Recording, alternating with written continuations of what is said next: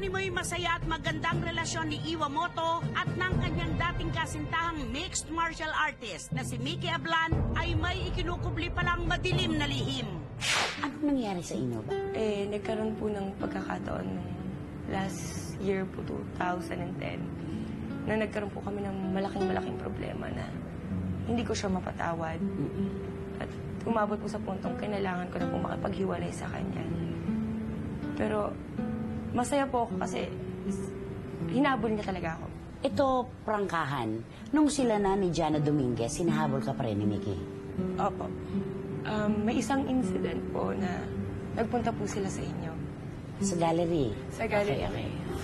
Bago po siya pumunta sa inyo, kasama niya po ako. Lumuhod pa po siya sa bahay ko, nagmakaawa para makipagbalikan. Kinabukasan nabasa ko po yung column niyo po na... Oo, kasi wala ko alam. Opo, na nandun nga po silang dalawa at masaya sila. Sinawi ko siya. Sabi ko, bakit? Bakit mo pa ako ginugulo? Bakit ayaw mo kong pakawalan? Gusto ko nang magbago buhay. Gusto ko nang umayos yung buhay ko. Dumating po sa punto na may mga pananakot na kaya hindi po ako nagsasalita at hindi ako lumalabas. Pananakit? Physical? Meron na? Dati, hindi naman po malala, pero pag nag-aaway, hindi po maiwasan. Pumasok na sa eksena si Jana Dominguez. Nagdalang tao. Paano mo tinanggap yon? June po, naging sila. At alam ko po yun dahil nakausap ko pa po mismo si Jana. At nag-usap kayo ni Jana? Sa text po. Okay. Nag-text kami na sabi ko, Mars, kaibigan kita. Kung anong meron, I think I have the right to know. Sabi ko, dahil ginugulo pa ako ng tao. Finorward ko kay Jana lahat ng text ni Mickey na wala lang si Jana, lumalabas lang kami, kaibigan ko lang siya. Mahal kita at ikaw lang mahal ko. Ang sagot lang po sa akin ni Jana, mahal ko siya at tatanggapin ko po. Oh, so mas martir si Jana kaysa sa iyo. Mabait pong tao si Jana. Hindi man ganun ka-close, pero naging kaibigan ko po siya at nakakausap ko siya na eh. Sa gitna ng lahat ng ito, isang taong patuloy na nagpapatatag sa kanya. Ito ang anak ni Mickey sa una nitong nakarelasyon. Kung silang dalawa lang pong kakalabanin ko, kayang-kaya ko. Kaya lang mahal ko po yung pamilya ni Mickey. Napamahal na po sila sa akin sa apat na to, lalo na ang anak ni Mickey. Oo, pati raw ang anak, mahal na mahal ka. Mahal na mahal ko po yung batang yun at tinuring ko po siyang tunay na anak. Kaya hindi po ako gagawa ng paraan para masaktan yung bata. Dahil walang kamuang-muang yun. So, parang destructive talaga yung relasyon nyo. Like yung nag-birthday siya. Ano yung nangyari doon? Yung babatuhin ka niya? Una po nun, sinugod niya po ako sa bahay, pinasok niya po ako. Ako lang mag-isa. Kinuhuli niya ako. Feeling niya po may lalaki ako, may boyfriend ako, or may nanliligaw na sa akin. Tapos tumakbo po ako sa building ng GMA para hindi po siya makapasok. Eventually, umalis siya. At nang umalis si Iwa sa GMA compound habang nagmamaneho, nagulat na lang ako, may palapit na lalaki na may hawak ng malaking bato. Pagtingin ko po, malabo mata ko. Sinuot ko yung salamin ko, pagtingin ko si Mickey. Sabi ko, shh, anong gagawin ko? Bumaking ako. Nung nakita niya pong bumaking ako, tumakbo po siya palapit sa akin. Hawak yung malaking bato, tumatakbo siya, papuntahan ako. Humarang siya.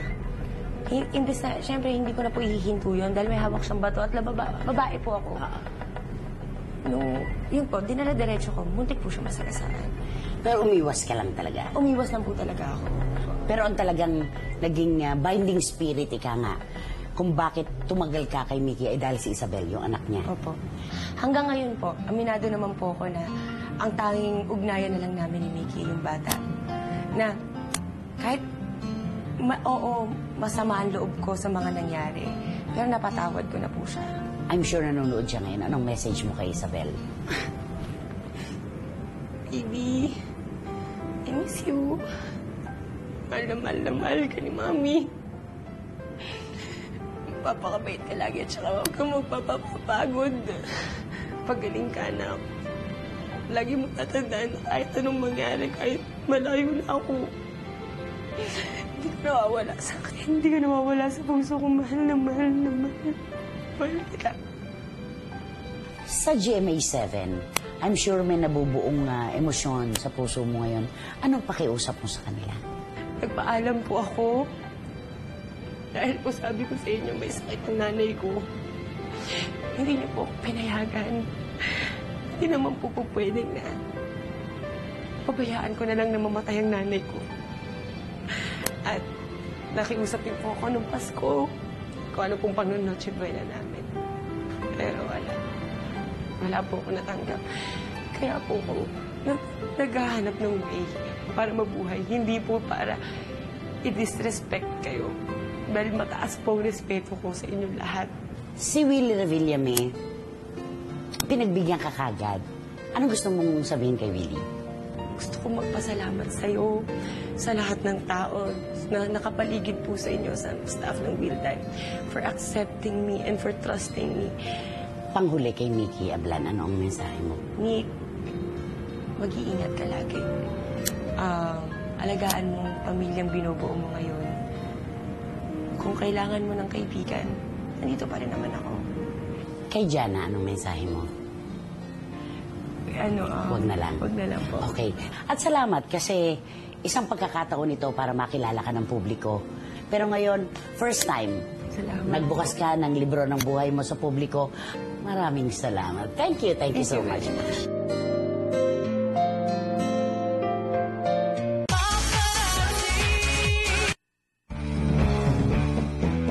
Don't go away.